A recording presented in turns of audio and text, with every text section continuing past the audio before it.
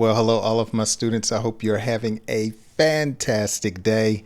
My name is Jay, and welcome to another English lesson here on the channel, where I have the opportunity to help you with your English vocabulary comprehension and improve your fluency.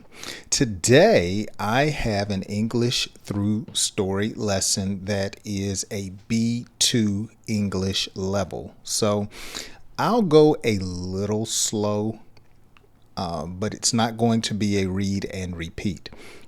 But you can still follow along and learn a lot in today's episode. If you want some of my longer episodes, or shall I say some of my advanced or intermediate episodes, where I can teach you at a little bit faster pace or challenge you, be sure to check out the links down below. And while you're down there, if you want my notes, I have been so busy putting all of this together. I've started a Patreon, so if you would like my notes that you can study, you would like to have the PDFs that I provide, there is a link down in the description. I hope you hang around until the end. I will also have a quiz over today's story. Let's get ready for a little bit of learning and some laughter. Let's dive into today's story. Benjamin was walking around his bedroom when he accidentally stomped his toe on the corner of the dresser. Have you ever done that? Benjamin was walking around his bedroom. Now, when we walk around in the same place constantly, we call that pacing. Usually pacing is when you go back and forward from one spot to another. You're pacing. Okay. Sometimes when you're in your bedroom, if you're not doing anything important or major, you're just walking around, we call that lounging. And I talked about that word in a previous lesson. Okay. Now he accidentally stomped. Okay. Now stomped can be used in a number of different ways. Okay. I can stomp my feet on the floor to make a beat or rhythm. Okay. You can take a stamp and stomp a piece of paper, like stomp it on the desk. But when you stomp your toe, okay, you slam your toe against something, and it is painful. I split my pinky toe nail open because I stomped my toe on the edge of my bed one day. Oh, it's so painful. Sometimes I stomp it on the bed. I stomp it on the door going into the bathroom. I've stomped it on the the living room table. I guess you could call me clumsy, but oh my goodness. So Benjamin stomped his toe on the corner of the dresser. The pain was so intense that he screamed and hopped around on one foot. Okay. The pain was so intense. So oftentimes when we have pain in our foot or in our wrist or in our finger or in our back, or sometimes in our head, we'll say, oh my goodness, oh, it's throbbing. It's so painful. Okay. So intense pain, we'll say it really hurts. That's how we say it's extremely painful. And sometimes we express ourselves by saying, please leave me alone, or don't touch it. It's intense. It hurts. Okay. He screamed and hopped around on one foot. Hopped around. Hopped around. So when a person hops around on a foot, they, they're hopping around. Okay, that's to hop around on one foot. When he saw the blood, he immediately fainted and fell to the floor. When he saw the blood, he immediately fainted and fell to the floor. Excuse me. So when someone faints, they temporarily lose consciousness. Okay, so he fainted. Sometimes we would say, instead of the word faint, we would say you blacked out. Okay. Oh, I blacked out. I saw a TikTok video of a kid that was afraid to ride the roller coaster, and his friend talked him into getting on, and he recorded it, and he fainted, or he blacked out, or he lost consciousness. Okay. Sometimes when you watch a sport like boxing, someone will get hit and they faint, or they get knocked out. Okay? They get knocked out or they faint. And there's some people that at the very sight of blood, they lose consciousness. It's eerie to them, we say, or they have a weak stomach. And sometimes we say a weak stomach when someone feels like they're going to vomit. But when you faint because of blood, sometimes we describe that person as having a weak stomach. And we may say, oh, come on, it's not that bad. But let's continue and see what happens. After waking up, he covered the injury with a cloth and rushed to the hospital. After waking up, he covered the injury with a cloth and rushed to the hospital. Okay, so he covered the injury where there was blood, where he was hurt. Okay, so how do we describe that? Sometimes we'll say, I patched it up. Okay, so I patched up my injury. Okay, it was still bleeding, it was still hurting, but I patched it up. That's what we'll say. Okay, or we may say, I need a bandage. Notice here it says he covered the injury with a cloth. Sometimes we would say, or you could say, I need to put a bandage on my injury. Okay.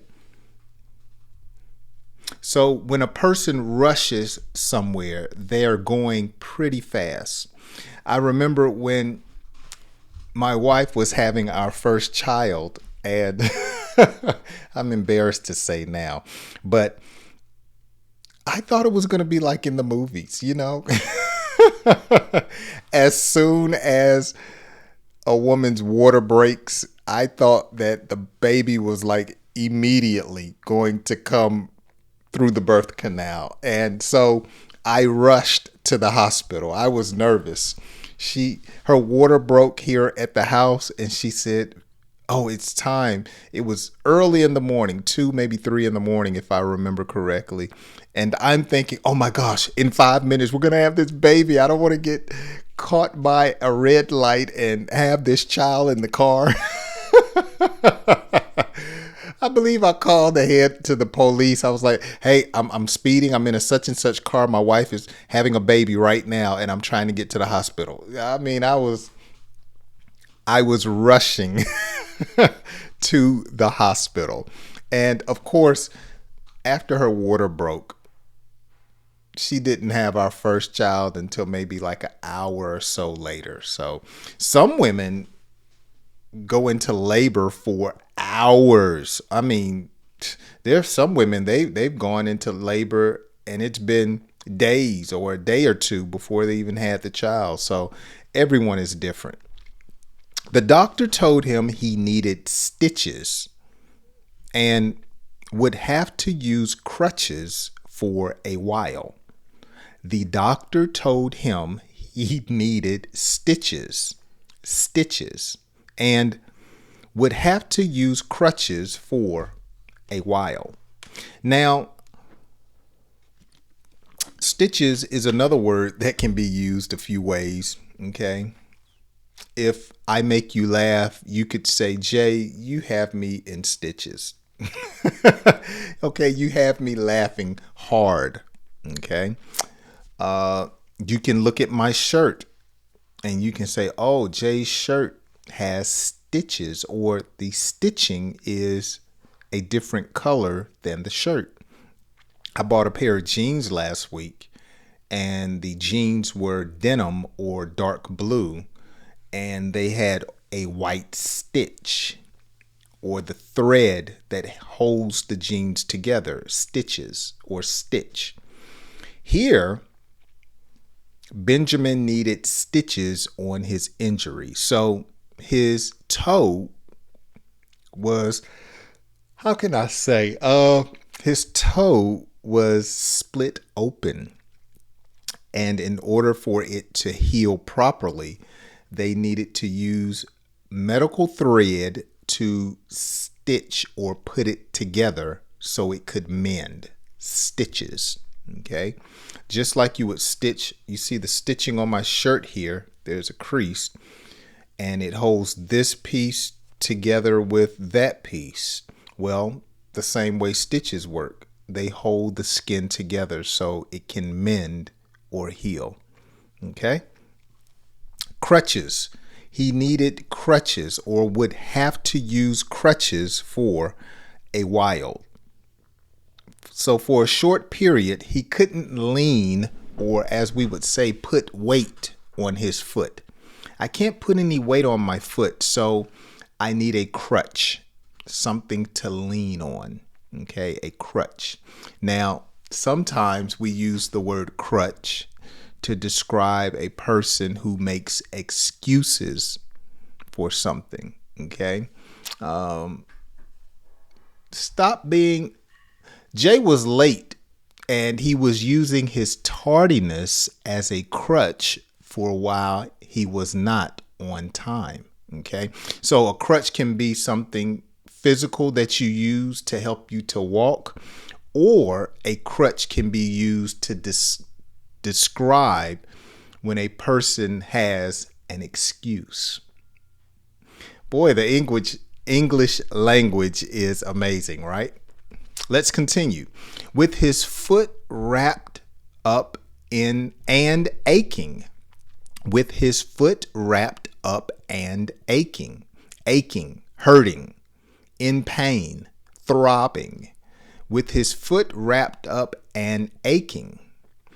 Benjamin realized he couldn't drive. I can't drive on this foot because it's injured. It's too painful to press the gas or the brake. He called his son and asked him to come pick him up from the hospital. So when we want someone to come pick us up, we usually say, I need a ride. Can you come and get me? Call me an Uber. Okay, so he needed a ride. Come and pick me up. As he sat waiting in the lobby, he swore to himself. Or he made a vow or a promise to himself, okay, that he would never walk barefoot around the house again. He would never walk barefoot. So when a person is barefoot, they don't have socks or shoes on. It's just feet to the ground, barefoot. And for me personally, I normally don't walk around the house barefoot. I don't know. I'm just not comfortable. I have seen people that walk outside barefoot. I mean, on the concrete. I think I'll write a story of what happened to me when I walked around barefoot and why one reason why I usually don't. I think I'll write a story about that and let you guys know. But yeah, some people go and shop, they go shopping, they handle business and they walk around barefoot. I'm not a barefoot kind of person. Even when I sleep, I might sleep with socks on. I don't know if you have a visual of that, but I rarely sleep with my feet bare. I just like to have them covered. The thought of hitting his toe again made him cringe. From that day on, Benjamin always wore shoes even when relaxing at home. Now notice, the thought of him hitting his toe again made him cringe. Okay. So when a person cringes, they express displeasure. They express that they see something or have thought about something that brings them displeasure. And so when a person cringes, they go, ugh. Or they go, ooh, ooh. So sometimes when you watch a TikTok video, I saw a girl, she was trying to swing from a cliff, and she was holding the little bar and she was supposed to let go and dive into the water or fall into the water. But she didn't let go. And so she jumped off the cliff and came back and hit the rock. And when I saw it, I said, ooh, I cringed. Okay. And so the thought of Benjamin hitting his toe again made him cringe. All right. Now let's read through that same story at a faster pace. And then I have a couple of questions I want to ask you to test your comprehension of today's story. Are you ready? Let's dive in. Benjamin was walking around his bedroom when he accidentally stomped his toe on the corner of the dresser. The pain was so intense that he screamed and hopped around on one foot. When he saw the blood, he immediately fainted and fell to the floor. After waking up, he covered the injury with a cloth and rushed to the hospital. The doctor told him he needed stitches and would have to use crutches for a while. With his foot wrapped up and aching, Benjamin realized he couldn't drive home. He called his son and asked him to come pick him up from the hospital. As he sat waiting in the lobby, he swore to himself that he would never walk barefoot around the house again. The thought of hitting his toe again made him cringe. From that day on, Benjamin always wore shoes even when relaxing at home. All right, let's dive into a couple of quiz questions or a few quiz questions and test your comprehension. What does cringe mean? That was one of the last vocabulary words I taught you. What does cringe mean? What are stitches? Now, I gave you a few definitions, but I want you to use the one that is contextual or goes with the story. What does cringe mean and what are stitches? And finally, this is a personal question. What is the worst injury you have experienced? What is the worst injury you have experienced? Let me know down in the comments section.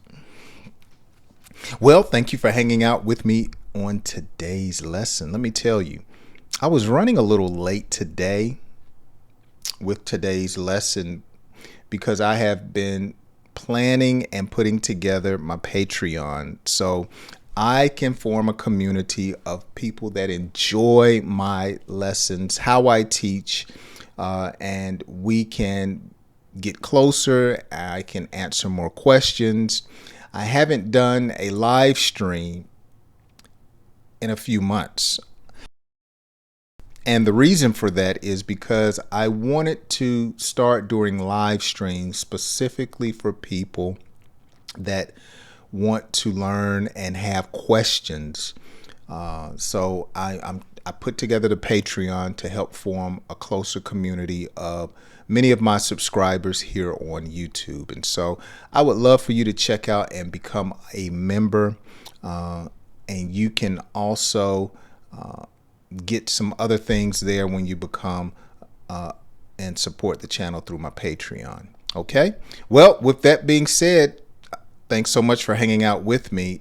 As always, if you know someone trying to improve their English, be sure to share today's lesson with them. And as always, I hope you join me on my next English lesson.